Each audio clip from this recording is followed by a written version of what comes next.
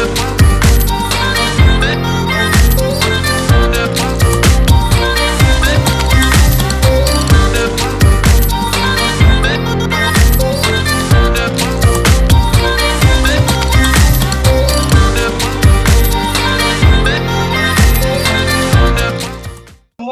and thank you for joining us on another episode of the Roundtable Talk Show. Of course, it's your girl, Sharifa Hardy, host of the show, but I have amazing guests that you tuned in to see. I know you didn't come here to see me. You came here to learn from all of our guests, find out what they're doing, what's going on in their worlds, how they're surviving this global pandemic, some of the tips, strategies, resources that you can use to be successful, not only in your business, but in your life.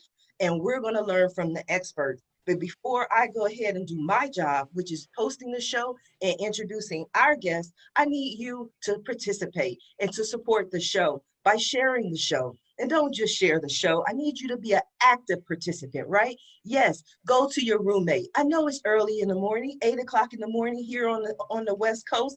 Doesn't matter. If you have teenage boys, I want you to go ahead and wake them up and let them know the Roundtable Talk Show is on. You haven't spoke to granny, grandpa, your cousins in Idaho, whoever it is that you need to talk to. I want you to give them a call and let them know that we are live, because friends don't let friends miss out on the Roundtable Talk Show. So while you're doing what you're doing, I'm going to go ahead and introduce our first guest. And when I saw her name, I was so excited because she's been on the show before, but I was also a little nervous because if you ever watch the movie, The Color Purple, there's a song in there that I love, and it says, God is trying to tell you something. And I think right now, God is trying to tell me something, because yesterday we talked about diabetes on the show. I've been doing intermittent fasting, trying to lose some weight, be a little healthy. And guess what we're talking about today? We're talking about holistic diabetes solutions. I got to make sure I'm not pre-diabetic. I got to make sure I'm healthy, and so that I could be here with you every day on this earth. I want to go ahead and introduce our first guest, Cheryl Ivaniski. Good morning, Cheryl. How are you? Good morning, Sharifa. I'm great. How are you? I'm excited, but I think God is trying to use you, Cheryl. I think he's trying to use you. Well, it is so great to be back. We had so much fun the last time that we were together, and this is going to be awesome today. So yeah, thank you so much. You are so welcome. Now, again, I this week I started intermittent fasting, and I can't eat after 6 p.m. and before 6 a.m. And the reason I wanted to do that is because I wanted to be healthier. Before I started the Roundtables Talk Show back in March, I did a 7-day juice cleanse. I made sure the only thing that I drank was water. Everything that I ate was healthy. It was my form of the keto diet, but it wasn't as strict. But then when COVID-19 happened, I was at McDonald's drinking mocha frappes, and I'm like, I need something to make me feel better, you Yeah. know, and I felt better. But all that feeling better has gone to my hips. So, Cheryl, what can I do? What do I need to do? Well, you mentioned, and it's really great because intermittent fasting. So many people talk about intermittent fasting, and just for our listeners today, just to give a little bit of texture to that, intermittent fasting is, like you said, you stop eating at a certain time of the day, up or evening, and into the next day. And I'll tell you, giving your body that break, and the goal is around 14 hours. If we can give our bodies that break, because digestion is the one thing that our body cannot stop doing when we're eating. It can't stop working on our behalf. So when we give it that break, when we give it that opportunity to, you know, not be forced to work overtime, it really lends itself to helping us with repair, restoration, and so intermittent fasting is pretty amazing. You said that you were doing 6 p.m. to 6 a.m. So you're doing 12 hours, I guess. Yes. So basically, do I need to add? Don't tell me, Cheryl. Come on, don't break my heart. Don't tell me I need to add 2 more hours. No, I'm not saying that. I'm just saying that, like a guideline for intermittent fasting. So that's kind of cool because a lot of people find that they really enjoy that. But I'll tell you something. What we really do need to give our bodies is the space to be able to heal itself. There's so much to be said for things that a lot of people don't talk about. And one of the really under talked about things when it comes to healing, whether it's diabetes or anything else, is our quality of sleep. and how that impacts us. Because Mhm. our quality of sleep is not something someone's talking about because it's not nutrition based. But I will tell you that sleep and getting that quality sleep, getting that REM sleep so that our bodies can repair is critical, critical. So there's some really great tips and tools that we can do to help us have a restful sleep and to keep us, in sleep. And I know here that there's some other guests that are all about empowerment. One of the really great ways, and I'm all about self-empowerment through health, is to really listen to our bodies and give it what it needs. So having a great restful sleep, preparing for the night. And a lot of us are on overdrive. A lot of entrepreneurs. Other women here on overdrive? I am. I know I Oh, am. for sure. Overdrive in for sure. And, Yeah. sometimes it's hard, our minds keep going, even though we want to lie down and sleep, and our bodies want that break. So there's some really great relaxation techniques that we can do to help get ourselves to sleep, from deep breathing and some guided meditation. And music's a wonderful thing. And then there's also preparing the room for great sleep. But there are so many. There's over 100 holistic diabetes solutions. And just to qualify for our listeners, holistic, just to qualify that, I look at that as the combination of all of what's for the higher good of the body. So it's not discounting tradition and it's not discounting anything else, but rather combining and embracing. Yeah. What is the connection between sleep, diet, and diabetes? Well, like I was saying, like with sleep, when we're not sleep, the question has been asked, can lack of sleep cause diabetes or does diabetes cause lack of sleep? And, that's a twofold answer, because when we're not getting our sleep, we're not getting that repair. And, our body, isn't working for us, it's working against us when we're not getting that sleep. But many people, because of higher sugars, are up going to the washroom during the night and their bodies are agitated internally because of that internal inflammation. So it can go both ways. But I can tell you this, the relationship between sleep and diabetes is such that our quality of sleep will influence our blood sugar levels, whether they're the fasting ones in the morning. It also sets our tone and our pace for our how we're going to function. And not sure if people are aware that there's more than pre-diabetes, type 1 diabetes, and type 2 diabetes. There's also type 3 diabetes, which affects our mind and our brains. And so having that sleep and giving our minds that break is really important too. I've never heard of type. I'm learning something new. What is type 3 diabetes? Okay, great. Well, actually, I'm glad you asked. I'm going actually to a filming this afternoon that's specific on type 3 diabetes for an upcoming book. But here's what I will let you know. Type 3 diabetes can be and go along with type 1 and or type 2 diabetes. And it is actually a type of diabetes where it affects the brain, where there's brain cell death. And what happens is that's termed the Alzheimer's or dementia, and it affects the brain cells. So type 3 diabetes is completely related to our clarity, our memory, our abilities to think, our reaction, and it is on the rise. And we don't have to be in our 70s and 80s to have that affect us. We can be at a younger age. So yes, there is a type 3. Yeah, and that's what it is. Cheryl, I'm telling you, you're being used to bring about change, because now I got to think about diabetes, type 1 diabetes, type 2 diabetes, type 3 diabetes. And all I'm trying to do in the middle of a shutdown, a global pandemic, is try to figure out, how to get the cookies out of my house, how not to eat the pastries, because I feel like I'm in a cage, like honestly. And all I want to do, because I can't go do the things that I really want to do. I want to go out. I want to spend time with friends. I want to, do more connecting. And so I'm not feeling as good as I normally. So I want to eat. I can help you with that. I can help you with that. I'm saying, like, help me, Cheryl. Okay, so here's what I'll do, and I'll ask my assistant to include this. What I will do is there are some really great recipes for decadent dark chocolate chip cookies that have no flour.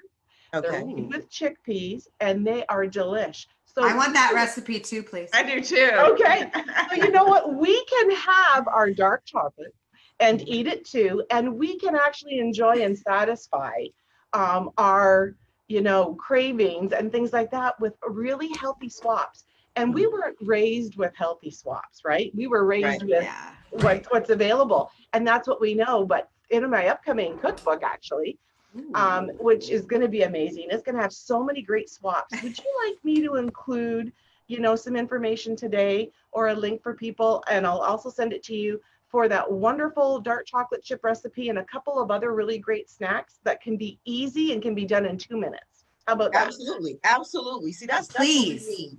We need that kind of help and those resources. Now, I'm Yeah. going to come back to you, Cheryl, because again, I have to make better choices in my life. I've been working on my finances. I spent the last, since I'm inside doing nothing, I might as well improve my credit and, make myself a better person. But I have to work on my eating now. But part of my focus is empowering women. So I want to go ahead and introduce our next guest, Andrea Heuston. And Andrea has Artitudes Design, her show Lead Like a Woman, which we are definitely going to talk about. And she's just very interesting and believes in empowerment. Good morning, Andrea. How are you? Good morning, Sharifa. I'm great. Thank you for having me today. I'm excited to be here. You are so welcome. Have you taken a screenshot yet of yourself? I know you have, because that background is hot. I like it. Many times. Okay, because I'm gonna almost have you, I need a shot to you to send me that photo. Just send it to me. Okay, I will. So, yes, so I can be like, I'm gonna be on the Lead Like a Woman show. This is the background. I'm a guest. Awesome. I'm gonna be on in March, I think, because there's a long waiting line to be a guest on your show. That's true. We're backed up to December, January right now. It's crazy, but I'm having fun with it. Lead Like a Woman show is a podcast where I interview women leaders and entrepreneurs about their journey in life and leadership. And the whole goal is to empower female leaders to empower others. And I'm having so much fun with it. I get to talk to the coolest, most intelligent, most passionate women out there. And it's fun. You'd be great. I can't wait to have you on the show. Thank you. My birthday is the 31st of March. So let's go ahead and just schedule March and block that out, because I want to get in line before Cheryl and Ruth jump in there. Here to a fellow Aries. We're both strong personalities. Yes, that's what we like to talk. That's what we like shows. We like to get opinionated. So what motivated you to create Lead Like a Woman? So, I've wanted to do this for a long time, but the stumbling block for me was I didn't know how to get it done. And I knew I could, because I can do anything I set my mind to. Amen. But it was overwhelming. So about 2.5 years ago, I started interviewing other women for a book. And the book was about powerful women who've overcome something really bad in their past to become better and stronger in who they are now. I was in a coma myself 12 years ago. So I have 4 before and afters in my life, and that's one of them. And so I started interviewing these women to write a book, and I just never got the book done. And I've got all these stories in me. So I was having a discussion with some other fabulous women leaders at a regional leadership academy retreat in Hawaii for Entrepreneur Organization, which is an organization I'm a part of, in early March, right before the whole world shut down. And I was just talking about both the book and the idea for a podcast. And one woman said, I know these guys, Rise 25 Media, who can get you on the air quickly. And they did. I hired them. And then another woman said, I have a really good ghostwriter who can help you with your story. And she did help me with my story as well. So there's power in other women. There's a lot of power in conversation in other women. But this Lead Like a Woman podcast has become kind of a platform for me. I've owned this graphic design and creative services firm for 25 years now this month. And I love what I do. But this is what I'm passionate about right now, is helping other women rise. No, I think that's wonderful. And I think that we need more of that. We believe in, I don't always, but I was going to put my little disclaimer. The views listed here on the Roundtable Talk Show are Sharifa Hardy's. It may not represent the guest, but we live in such a male-dominated world. You know what I mean? It's been one type of male running just about everything. And it's time for us to step into our power, because we've been pushed back as secretaries and as assistants. Totally. I've gone to meetings where I was the director, I was, a consultant, and I've been told to sit there and look pretty. Nope. Thanks. You sit there and look pretty. I Yes. agree. It's been male dominated for many, many years. There's a patriarchy out there. And I believe that when women rise, everybody rises because women are the heart of the home and the family as well. And so when we rise, all of our children and all of the people around us feel empowered as well. And I just got done reading Melinda Gates' book called Moment of Lift. If you have not read it, read it. It really is about the empowerment of women all over the world and how there are pockets of this differentiation and how to get through it so that all women rise. I think that's wonderful. Now I want to ask you maybe a silly question or a simple question, but I just want to ask this question for the record. One of the reasons why I enjoy being a talk show host is because we tend to assume that people have a perfect life. But then when you interview people, I haven't found one person who is successful that I've interviewed, that I've known, that I spoke with, who has not had some type of struggle. Has that been your experience as well? Yes, there's power in the overcoming because you realize you can do it. I call it failing forward as well. So, you know, you get knocked down 7 times, you get up 8 every damn time, because there's a struggle in all of us, and it can be a small struggle, it can be a big struggle, but for each of us, it's our own struggle. And in order to get to the next step in our lives, and in order to get to a place where we really shine, we have to push our way through in some way, shape, or form. And all the women I've spoken to a person, have dealt with something, have dealt with something that they have to overcome in some sort of struggle. So I think it makes us stronger. So when we're stronger inside, we can represent outside. I agree 100%. I believe the same thing. And I love to be able to learn from the stories so I can use them as examples, because so many people come to me, you know, as a business consultant, not just a talk show host, but they come to me and they tell me, they say, Sharifa, I would really love, and this probably happens to you as well. They tell you this story. I would really love to be successful. I would really love to be an author. I would really love to be an entrepreneur, but I can't because of this, or I can't because of that. You know, I don't feel like I can have a voice. I don't feel like I'm confident. I'm too shy to do it. Or, you know, I've dealt with domestic violence. I've been homeless. I was a drug abuser in the past, but I would really love to be an entrepreneur. But for everyone who tells me I can't because, I can go to someone and say, well, Andrea was in a coma. Okay. How do you go from being in a actual coma to being a talk show host or a podcast host? So that's why I just love learning the stories behind the businesses. Well, and I don't believe in the word can't. You know, there's nothing I can't do. Nothing, not one single damn thing that I can't do. I can do whatever I want to and whatever I set my mind to. So that word doesn't exist for me. That it is, I can, here's a hurdle I have to jump over. I can, but I have to do this first. It's not ever I can't. And so there are a lot of people who get stuck in that. And I do believe they're victims of their own stories. And I have chosen my life not to be a victim. And the women I talk to and the women I elevate on my podcast have chosen not to be a victim. And they just figure their stuff out. And they have a tribe of people around them. And I think that's vitally important, is the tribe, who you can bounce ideas off of, who can actually set you straight sometimes, because I'll be going along the road and then I'm off to the right. And all of a sudden somebody's like, no, come on back here. And you need that. You need that in your life. So those are the people who you surround yourself with, because when you do that, you can do anything you want to.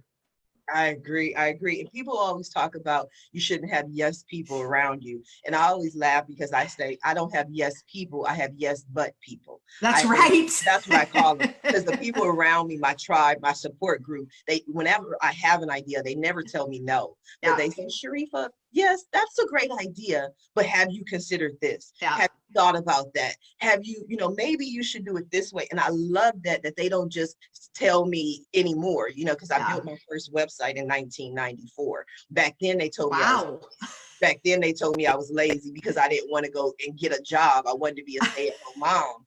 But that now they just say, they already know I'm gonna do it anyway, right? So they're like, okay, but let's take out all the fireworks, Sharifa, and do it, go this way. So I definitely agree. I want to come back to you, Andrea, but I want to introduce our next guest. And I know she is all about women's empowerment. She is a profitability master. So we're going to pick her brain for all of our viewers and for Sharifa to find out more about more ways for us to be profitable. And she just helps businesses overcome some of their challenges. I want to welcome and introduce Ruth King. Thank you for being here with us today. Good morning. How are you? Good morning, Sharifa. Thank you for having me. And Andrea, I wrote the book in 2003 called The Ugly Truth About Small Business, about my story and 50 others who've done the impossible. Wow. And, you know, I can't wait to have you on my podcast, Ruth. And it really is true, because if you go through it, and then that was the business side of it. And then there's the personal side of it, because I ran the Boston Marathon the first time. And once you do that in 87-degree weather and you know you can do it, you can do anything. You can do anything. Absolutely do anything. Awesome. Yeah. So it's kind of cool. So Sharifa, I'm happy to talk about profitability. I mean, that's what I'm all about and things along those lines. Any questions are cool. I work a lot in male-dominated industries. I work in construction. So I have a lot of construction clients, plumbing, heating and air, electrical, and I am always the only woman in that area. So, I mean, I get it. I totally get it. You have a hard hat? I do not have a hard hat, but I do have safety glasses now. I just wonder, you know what I mean? You hear construction, it's like mandatory. You have to have that hard hat. And me, I'm one of those people like, this hard hat might mess up my hair. See, that's the woman's spin on it. Like, I'll go through construction, but I won't break a nail. Like, you are not messing up my nail. I'm sorry. I'm probably setting women's live back like 200 years. I'm sorry, Ruth. No, that's fine. Funny. I just tend to go off on tangents. You'll get used to me. But I want to go back to your book. What are some of the stories that, or at least one of the stories that stands out to you from some of the challenges and the stories that you heard? Oh my gosh. One of them, I mean, I wrote that book in 2003 because in 2001, I had a project that was going and it got canceled with a phone call. I invested like $500,000 and I had $1.6 million writing on it. Went out and basically cried, and a little voice in the back of my head goes, pick yourself up, dust yourself off, and keep going. So with the last 25,000 on my credit cards, we actually started it in 2001, and it's still going. Just incredible. But you know, that's one story that you just do. But one of the things that another one of them gone through is and I have always done this as a result of it, is never, ever, ever have one banker. One of the guys in the book had all of his banking relationships, line of credit, his loans for his trucks, his loans for his business. He was software and other types of things that he did all in one bank. And the bank changed hands and they said, you have, we're going to pull your line of credit. We're not doing payroll and get out of here. And they were going to do it in a week and they couldn't because of restrictions and their loan covenants, but they gave them 30 days. You never, ever, ever, ever have all of your money in one bank. I now have 4. We have different money in different banks. So one of them goes bye-bye. I don't have to worry about it. I have relationships together. And then in all reality, that's one thing that really needs to happen. The other thing in the book that I really learned, and that's the reason I really started running, and is how much exercise actually helps people going through stress. And you know, Cheryl, you probably have something to say about that with respect to diabetes too, because I can't imagine that if you are working out and you're feeling good, that it couldn't affect that. Oh, yeah. Well, stress is, shows up in so many ways as well, but stress is not just silent and invisible, but visible, and it's always there, right? Yeah. And I would think that, if I'm really pissed, I'll go run for 45 minutes. Oh yeah, I walk 10 miles a day, so to manage my stress. Yeah, movement is a great releaser. Yep. So Sharifa, what do you do for movement? I go to McDonald's. I'm just kidding. I need to do better, but see, my problem is I get bored very easily.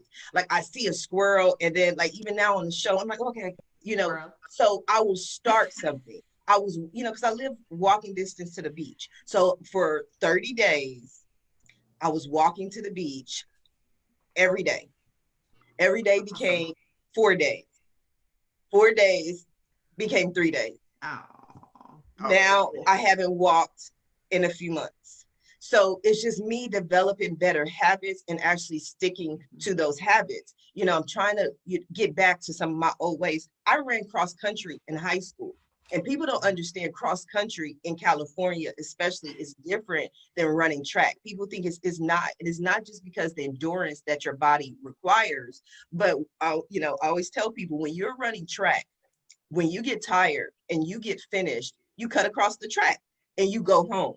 When you're running up a mountain, when you get to the top of the mountain and you're tired and you're finished and you want to quit, you got two options. You can sit right there on the mountain and wait for, like, I don't know, or you go down the mountain. There's no cutting across, there's no cheating. You have to finish. And my coach was so powerful. And I still use one of the things that he taught us to this day. And it was so simple. But we would take a bus from school to Griffith Park, which is the mountains here in Los Angeles. And when we would get there every day, and he taught me to be consistent, because he gave us the same message every day. But he said to us, he said, you are not in competition with anyone but yourself. But the bus leaves at 3. That's what he would tell us. So it was like, you can walk slow, you can run fast, do whatever works best for you, but I'm leaving with the bus at 3 o'clock. So it was those things that I learned to motivate myself. In cross country is an independent sport. It's not a team sport. You have to motivate yourself to get to the finish line. And so I'm trying to get those same things back into my life at 40 something that I had at like 16. And it's not always the easiest thing. That's why I speak to experts and people like you who can help me and truly give me strategies and tips to be more consistent. You just have to make up your mind you're going to do it, and there's going to be nothing in your head that says you're going to not do it today. I mean, I find now that I've been doing it 17 years, because I started when I was 44. I started running when I was 44. Wow. Right. I saw my first pictures of me on TV because we had the first internet broadcasting network in 2001, and I did not like the way I looked. Mm-hmm. So, and I find now if I don't run, I get grouchy. I think I'm going to start doing that. I'm with you, Ruth. If I don't take a walk, somebody will come say, you need to go take a walk. Yeah, when my husband was alive, he used to say things. When was the last time you ran? Go, goodbye, see ya. Cheryl, what are some of the benefits that you see for people? Well, I'll tell you, I think with our busy lifestyles, I think what's really great is to have and integrate small time frames. I know for me, when I'm sitting at my desk, I've got my alarm right on my phone. I've got it set for 75 minutes, and I am then just literally getting up from my chair and I'm doing 20 squats. I'm holding each for 4 seconds. I'm putting the weight in the back of my feet, and I am moving all my major muscles, right? Because it's not just upper body, it's the full body. So I'm finding that if we do small tweaks along the way too, so that we get those in, but we don't have to take like necessarily a big amount of time at one time. And then I think the other thing too, and just supporting Ruth with what she was saying, I think it's really great. I was a runner like you, Sharifa, in my teens and up to 30. And I was doing, I would say on average, 12 to 16 Ks every day. But I would have to do that first thing in the morning, and that was my time. There was no interruptions. It was that time that was scheduled for me. So it's also creating supportive measures in your day when you know that you're setting yourself up to be successful with the things that you want to do.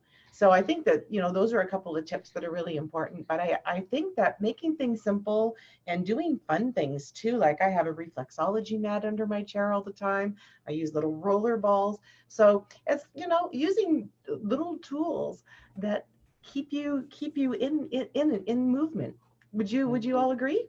Yes, definitely. Agree. Absolutely. And it doesn't have to be running a marathon. I mean, sometimes I just work out for 20 minutes really hard and it feels phenomenal. That's all I have. Yep. You don't have to be, 4-hour run. It can be 20 minutes. Yeah, I have sacred time every day where I walk. I walk in the morning and then I walk later. And I have dogs that support that. Yeah. And it really helps. So I do 10 miles a day, and I have done 10 miles a day for 12 years now, since I was in my coma. Oh, wow. Wow. So you Has just woke up anybody- from the coma and just was like, I just want to be a new me and just start. I wanted to be healthy. I decided I needed to be healthy. I wanted to watch my kids grow up. Now they're 19 and 16, so I've done okay. Yeah. We're getting there. Yeah. I want to Well, work till I'm Andrea, we 100. need to talk too. We need to talk too sometimes. I want to, hear more about your coma. And I was also in a coma Wow. and recovered from that, from blowing out 2 organs. So we need to talk more. We should chat. Yeah. I have my life divided into 4 before and afters, and that's one of them. So do we get Yeah. to hear any others, or the others too private? Like, because I No. need examples of how life has tried to stop people and they came back and said, knock it off. Like, no. I'm an good. open book, Sharifa. So my first one was years of infertility treatments to try to have kids. Oh, my daughter's and going through that. We She's adopted both 26. of our boys. Oh, that's when- beautiful. Yep, from the same birth mother, but we were there for the birth of each boy. And my oldest was born with drugs in his system. So Oh. we've had a battle since he was born. And really we're getting there. He's 19. We're getting there. And then I had my coma 12 years ago. And then my house burned down 6 years ago this month. And I had to get my kids out of the house, and we watched it burn from across the street. I'm so Yeah, sorry. and that was a reset. And then a couple years ago, a very good friend and a key employee of my company died quite suddenly. We had about 2 months to deal with it. And with it, he owned about 85% of the relationships at the company, and we lost $600,000 that year. And we've been battling our way up ever since. So I've got some before and afters. But you know what? I am a proponent, and I hate saying this sometimes because people will argue, but what doesn't kill me makes me stronger. It's not the same for everybody, but for me, it shows that I can be resilient, and I learn a lesson every time. And there's clearly something I need to learn. The universe says, hey, you're getting too cocky. Let's figure this out again. So, I believe things happen for a reason. I do too, but I love your smile. That's what I love. Like people who can go through the fire and are still smiling. That's what I love. Yeah. You don't like it is this expression that I do not typically use, but I'm gonna use it today. You do not look like what you've been through. Like you do not look like it at all. And that's the example of, we assume that people have perfect lives. We do. Your life has to be perfect. But we don't know each other's stories. And that's the thing I always have to remember is I don't know your story, Sharifa. I don't know Ruth's. I don't know Cheryl's. I'm here to learn something from everybody, because everybody can add to my life, and we can add to everybody else's lives. So I am an optimist to the core. And I believe that every day is a good day, because I am above ground. Every day is a good day. And that's how I look at life every day. I start my day every day with gratitude. Little things of what I'm grateful for. The taste of my coffee, the smell of the ocean as it comes through the window, the taste of a strawberry. It just, every day I'm grateful. Until you lose your husband, your parents, really realize it. Yeah. Oh, I'm gonna send everybody a virtual hug. Like that's all I can do right now. So I just want to wrap my little arms around all of you and just hug you. I appreciate you being here. I appreciate you just being so vulnerable. And I'm the same way as far as believing that everything happens for a reason, believing and truly knowing that it's lessons. And that's why, I tell people, and I love to share parts of my story. I was laid off 8 times. I lost everything, divorced twice. Homeless, lost everything I own but the clothes on my back. But I'm still here. I'm still smiling. And I know beyond a shadow of a doubt that all of this happened to me to help someone else. Yeah. So when they tell me their story, I'm like, yeah, but you can still do it. No matter what, you can still do it. And that's part of my philosophy. That's part of what I believe in. But it also comes from my father. And I want to go back to something Ruth said earlier. I just became the CEO of my dad's plumbing company. So my dad does plumbing and HVAC, and then he decided this week that he wanted to retire. So now I got a new job, right? I'm in charge of a plumbing company. But my dad has been so influential, and I was raised with my dad telling that story of when you think about the man with no shoes, then you got to think about the man with no feet. And then when you think about the man with no feet, you got to think about the man with no legs. And I'm like, Dad, like he's a nub at this point. Like he doesn't even have arms, you know? Wow. And I be trying to roll myself into traffic. Like I can't live with no arms, no legs, no anything. But the moral is there's always someone who has it worse. And who survived and lived through it and succeeded. Yep. I think that's And the lesson. thrived, not just Yeah. survive, thrive. Right. Absolutely. Yeah. I love that. I love that. Cheryl, you talked a little bit about your coma. You shared on the last show. You also have another aspect of what you do. I apologize if I remember it incorrectly, but you had a different background. Yes. You were So talking about. yeah, so I was talking about, and this is to all the women here today, you know, self-empowerment, and self-empowerment through our health and our well-being. And I think that there's no other time than right now with everything that's going on and people recognizing if they thought money was the most important thing, you know, if there was any question about that, I think this year and everything that's happening in the world shows us that the most important thing is our quality of our health. And look what it takes to get all of our attention, you know, in all of our lives of what we go through. But as a global consciousness, look at what it takes. So yes, thank you, Sharifa. So self-empowerment through health is really, you know, where are our minds? You know, where is our mindset and our mind shift? And what paradigms are we stuck in that we don't see beyond? And then, as Andrea and Ruth and you were saying, when we share our experiences with one another, we can learn things through osmosis and we can elevate one another. So, you know, when we talk about self-empowerment and also to the point of gratitude, there are so many simple things that we can do. But you know what? It's about doing them. It's about integrating them and making them a nice easement into your life. So it becomes part of your lifestyle, the winning lifestyle. So thank you so much for asking, because self-empowerment through health is making lifestyle choices that add 5 to 15 years to your life. But to that, I think I was telling you in our other show that I had lost my grandmother to diabetes, and I was born into a family of diabetes. And I thought I had an understanding. I've been traditionally trained and licensed in my past, but when I was go and doing and not stopping and taking my health for granted, running 2 corporations in my 20s, that is when the universe gave me the opportunity to see my life in front of myself, which not one organ, not just my pancreas, but my thyroid blew out at the same time, which ended me pretty much in a coma with no thyroxine and basically sugars that were beyond any recordable number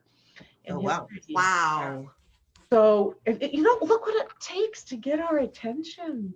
Yeah, it does. I agree. And it's like, okay, so we don't realize, and I'll speak for myself, how we don't always perceive and see what's in front of us. And, you can either look at things as, why me, and be a victim, or you can look at this as a blessing and say, okay, so you know what lesson or lessons are in this for me, and let's just use them as skipping stones, and let's go to the next milestone, and let's go to the next milestone. And you know what, let's get cheerleading squads, and let's get groups, and let's build a community. We'll see ya, let's go.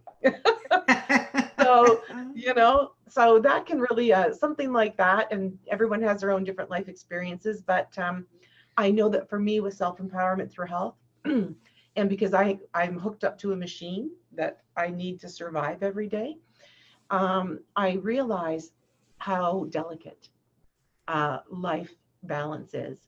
And I also recognize that there is no taking for granted. We need to utilize the gift that we have of life and add life to our years. And so really, that's what I help people do. And I help them do that with self-empowerment, and I help them do that through holistic diabetes solutions. Wow. I love add life to yours. I love that, Cheryl. Thank you. You're welcome. Thank you. No, Andrea mentioned after her coma, she decided she wanted to be here for her two sons. She wanted to start running. She made changes to her life. Walking. Walking. I apologize. I'm making you do too much. Somebody's running. Sharifa, I only run if someone's chasing me. And even then, I choose to climb a tree instead. So I'm the same way, but I will walk.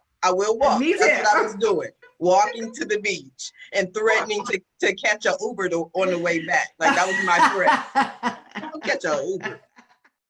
But Cheryl, what were the actual changes that you made? Like you woke up from this coma and said, I have to do this. Well, it was such a painful time. And, I lost my businesses. I lost my fiance. I lost my health. I lost everything. And so that gets your attention. And so I'm sitting there, okay, so who is it that I'm not being, and who is it that I need to be for myself and others? So I'll tell you what I did. It stopped me from being on this track, because I swear I would have had a massive coronary in 6 or 7 years, and it would have been over. So what this did is it gave me a wake-up call. It actually set my path to really connect, study. I went back to school and got not one but 2 doctorates in holistic health and wellness and healing.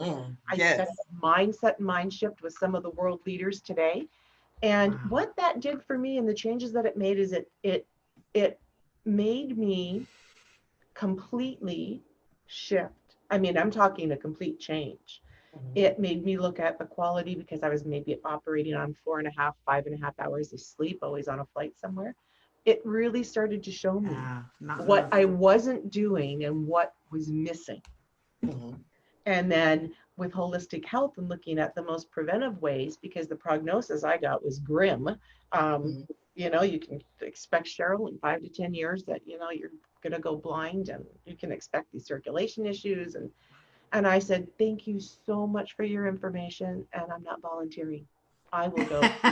I will go and figure it out. I've lost family, and so many people in the world have lost family and suffer. And it's like, it's not about suffering, it's about triumphing. So, so that shifted everything. And then the influence of the authors of books that I contacted, and just my background, and already having a strong background in organic farming with organic vegetables and orchards with my family. That gave me a good nutritional background, but it was the stress. It was the stress that I needed to change. Yes, stress is that killer. It definitely is. Yeah. Now, reminding me something that Ruth said, because one of the things that I've been, and I always tell people, I use this show as therapy. So you all are my therapists, right? So I'm just here to make my life better. You're just here to join me. But one of the things that I was dealing with in a personal life is one of my dear friends. I've known her literally since we were like 9 or 10 years old. And she had a heart attack. She flatlined twice.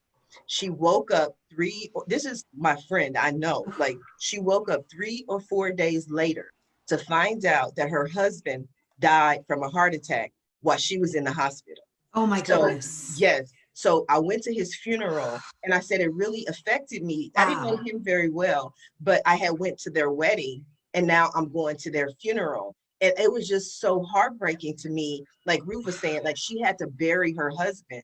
But not only does she have to bury her husband, but now she has to wear a ventilator for the rest of her life. And it's like, oh my God, but she's one of the most positive people that there is. And she talks to people about life and about hope and being positive.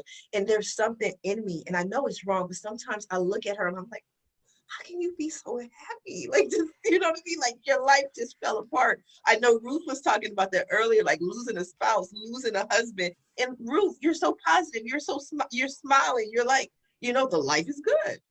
It is. It absolutely is. I mean, when my husband passed, the last conversation that we had, among other things, was, I've lived a good life. I'm going to my next adventure. Go do your thing. Basically said, go. And I had to. Wow. Remembered that.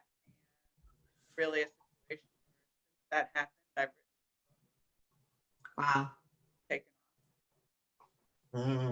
off. Yes. Decided I'm going to be working productively along everything that I possibly can.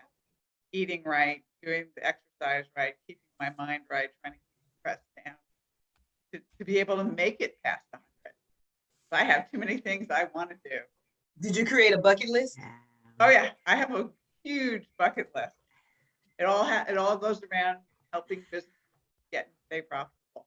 I mean, my passion is profitability, and the 55-year goal that I did when the 45-year goal when I did when I was 55 was get every business in the world profitable. Okay, And can we what happened? That happened. can we start with Ask Sharifa? What Sure, can absolutely. we start right there? What are Awesome. some see, I'm not too proud to ask. What are some of the tips and strategies that business owners or entrepreneurs, small business owners can utilize to make their business profitable? Number one, you have to look at your financial statement. Yes, you do. You absolutely do. And I have a 10 thing that's very easy to look at that I wrote that how to discover if your financial statement is wrong in less than 97 seconds. I'm happy to give it to anybody who wants it. Most businesses don't look at their P&Ls. They don't look at their balance sheets. Their balance sheets will tell you more than your P&Ls actually do. So I try to make it really fun, really the last 2 books that I wrote were the Profit or Wealth, Courage to Be Profitable, The Ugly Truth About Cash, which 50 ways people steal from you. You know, minor things in life, but the reality is number one is absolutely look at your financial statement. Number 2 is to look at your bank statement online every single month. Look at your bank account or every day, not every month. One of my clients, literally, their bookkeeper saw these very, those 2 little things, 5-cent deposit, 77-cent deposit, go into the bank account. And he thought, oh, the owner's just, doing something with PayPal or something like that. No.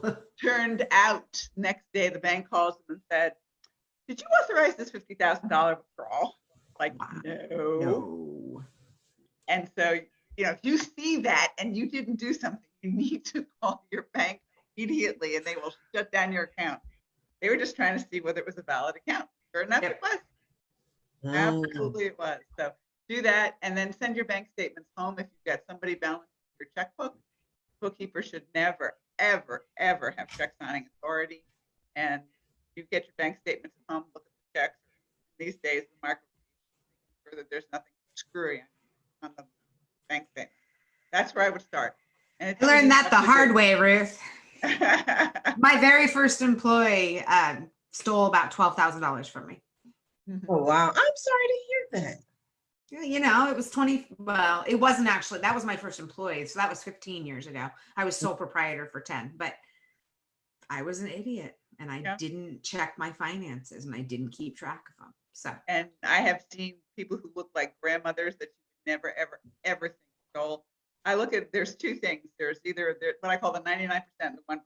The 99% are honest most of the time until something happens. They get hurt, family member needs money, something along those lines. And then they steal the first time because you all make it easy. You make it easy for them. yeah. And then once they do it, the pattern's there. Some continue. Then there's these 1%, which are the professional embezzlers. Drive me absolutely insane because they do it for fun. They do it for sport. They do it to see what they can get away with it.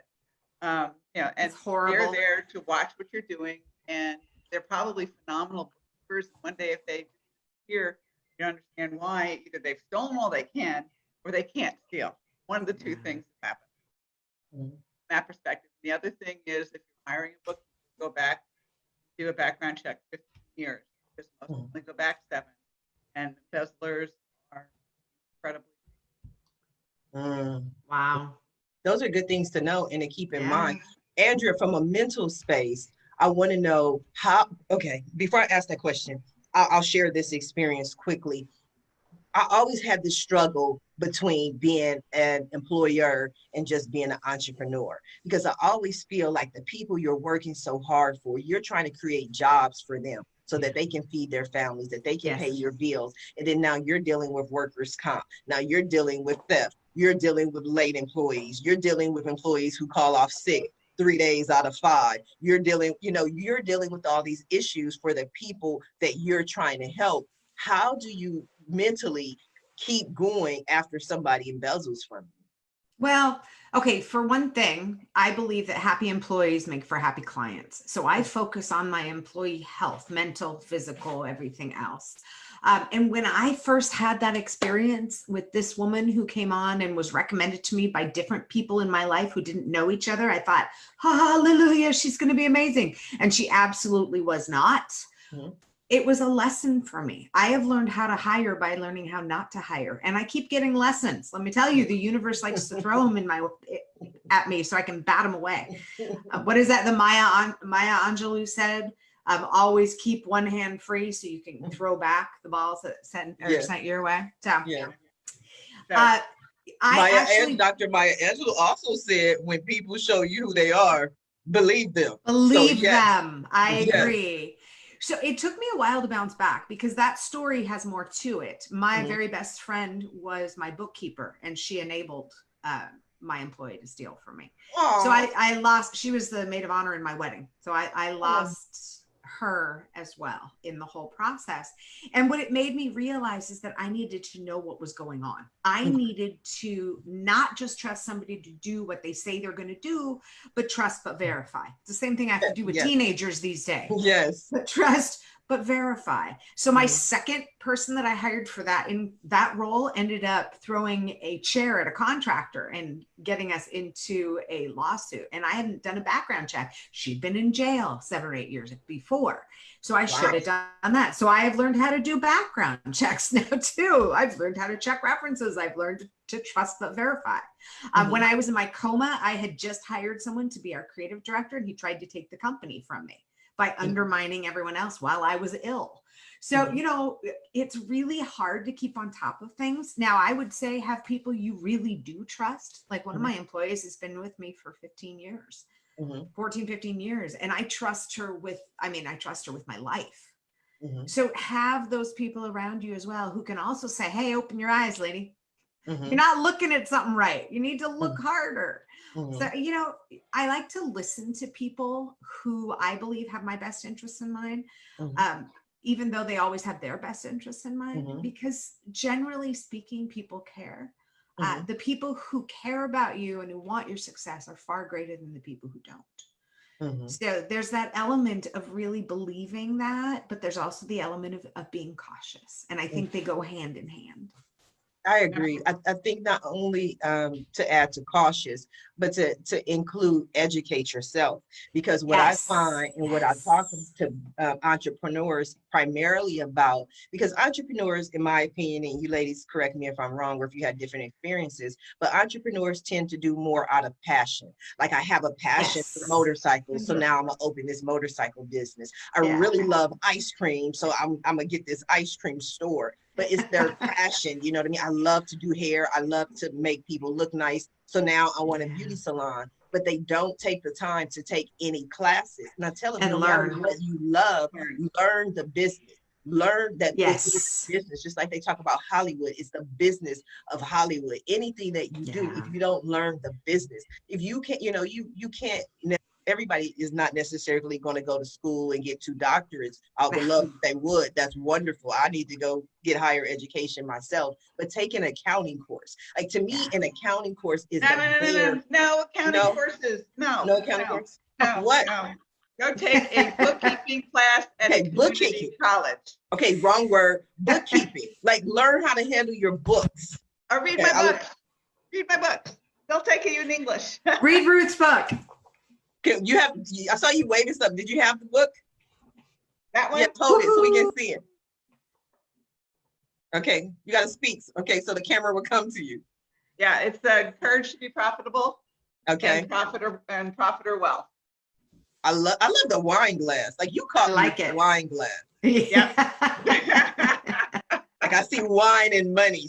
I got to get that. But you know what I'm saying? So wrong word, but bookkeeping. I'm with you. That's what I'm saying. Like you're going to have to trust what other people tell you if you don't have the ability to look at the numbers. And I think that's the basic, is to be able to review what other people are telling you. And if you don't have any idea, they could tell you the moon is purple and you have no choice but to believe them. You know what I mean? Learn business. That's my main focus, is to learn business. Now, I had a really great time. We had a lot of fun. I enjoyed sharing with your ladies, learning from you ladies. Thank you for my therapy session that I'm not being charged for. But we are coming down to the last few minutes of the show. And what I love to do at the end of every show is just simply allow my guests the opportunity to speak directly to the audience. To everyone who is watching this show live, I want to say good morning. Hi, Jade. Thank you for tuning in. I'm watching the comments. She said good morning to all of us. Jade Elizabeth at jadeelizabeth.com. Thank you for tuning in. But talk to the audience and let them know what you want them to take away from your appearance here today. And we're going to start with you, Ruth. All right, number one, never give up. We didn't really talk about it so much, but you know, crap happens. It happens for a reason. That we all talked about it, and figure out what the lesson you got to learn the lesson, and go forward. And if you're going to be an entrepreneur and you're going to be a business owner, you can basically give away the responsibility for doing the day-to-day bookkeeping, but you can't abdicate the responsibility for the financial side of it. Read a book, read my books, go to and take a bookkeeping class. The reason I say no accounting is because accounting gets to be very theoretical. It's really important for you to know debits and credits and how it affects you. So I thank you, Sharifa, for having me on the program today. I hope I've helped your audience. I hope I've had a blast with everybody here. And thanks again. You are so welcome. I had a blast with you here with us. Cheryl, what do you have for us? You know, I think that the one really great thing that we can do for ourselves is to give ourselves a gift every day. And I think that that gift is to give ourselves the gift of time, and the gift of something that rises and elevates our health and well-being. So it could be something that's 2 minutes, 5 minutes, 10 minutes. It could be your power hour of the day. And as we've said today, it's really important to create that time for you. So whether it's that walk in the morning, whether it's a meditation, whether it's music, whether it's essential oils to reduce stress, whether it's some information on a free Facebook Live or anything, that would be great. So with that, I always like to give free information to people, and I always invite them to holisticdiabetessolutions.com, where we have Trivia Tuesdays, and we have free lessons on Wednesdays that are Wellness That's awesome. Wednesdays. So that's my gift out into the community. And for people who want a deeper dive and who really want to add that 5 to 15 years to their life and prevent and reverse the 90% of diabetes and empower themselves, you know, come and see me at holisticdiabetessolutions.com or CherylIvanisky.com. But be kind to yourself. I think that's wonderful, and I'm looking forward to that cookie recipe. Like, that's all I'm focused on. It's coming. I want some be good to cookies. yourself too, because that's a great decadent recipe. I just made it last weekend for my entire family. I'm focused on food. You can see the patterns. Like, I'm like, food. Where's food? I love to eat. I love to taste test things, you know, especially bake things. That was the way we communicated. My mom communicated with us. She loved to bake us things. Nice. You know, as children, she was a baker. Her cakes are amazing. I tell people I stole this little trick from my mom. My mom puts Kern's nectar, the juice, in all of her cakes, and it just makes it so moist and everything. And now I gotta, you know, step away from the cake. I step away from the cake. You're making me hungry, Sharifa. Yes, you're making me hungry too. But can I say one thing, because I know all of you want that recipe? Can I just say that I'll have one of my assistants just put that right up for everybody tomorrow? Yes. Awesome. On the Wellness Wednesday at holisticdiabetessolutions.com. Perfect. Free for everybody. Yes. So what she does, I'll share it on my social media, and then I'll tag my mom in it, and I'll be like, Mom, look, what a wonderful recipe. I think you should make it. My mom lives right down the street. Like, so I always just bug her and have her make stuff for me. So I think that is so great. Wonderful. Thank you, Cheryl. Andrea, what do you have for us? So check out leadlikeawoman.biz. I would love to talk to any of you incredible women about being on the podcast, where we elevate women and empower them to empower others. Also, my company is Artitudes Design, ARTITUDES. and then design.com. And we focus on creating visual value, anything on the screen behind a speaker, especially for the small screen. This has been an honor to be here, Sharifa. Thank you for having me amongst these incredible women, Ruth and Cheryl. What a fun time this morning. Thanks for doing this. You are welcome. So before we end the show, it is 9 o'clock. I'm gonna pretend you customer service for a minute. I know you don't do this, but I need to ask Sharifa one in the background. I need a design. So I'm placing my order. I'm placing my order. So I'm gonna get you a logo or whatever you want. But next time y'all come back, I don't know how long it's gonna take, maybe Monday, I'm gonna have a new Ask Sharifa empowerment, sun rising background. I love it. Let's do it. We've been giving these backgrounds away for free to our clients. So that's my favorite number. Free. It's on artitudesdesign.com, virtual meetings. So look it up, but I will do one for you for sure. I'm going to contact you because I'm going to give you a plug. I'm going to let everybody know you came from Artitudes Design, from my new friend, Andrea. She hooked me up, made it happen. Wonderful. I want to just thank you all. Thank you. You ladies are amazing. You are beautiful. And I've learned and been inspired by your story. So thank you for being here with us today. I also especially want to thank everyone who tuned in to watch the show live. I appreciate your support. I appreciate you joining me here weekdays at 8 a.m. Pacific Standard Time. I wouldn't be where I am. The show wouldn't be where it is without all of you. We book 5 guests per day, and 3 out of 5 are typically referrals. People who said, I had a really great time on your show. I really think you should have my friend. And I bring everybody here on the round table to have discussions about current events and what's going on in the world. So if you're watching the show, don't just watch the show. Don't just share the show. Come sit down at the round table and talk with me. But we do appreciate your support. Please visit our guest website. Their link are in the Facebook post. Contact them, visit them on social media, get your own free background when you become a client. I don't know, but we definitely want your support. Follow our guests on social media, send them a tweet. And when you contact them, please let them know Sharifa Hardy says hi. If you're interested in being a guest, please visit the website at asksharifa.com. Until tomorrow morning, everyone have a safe and a blessed day. Bye now.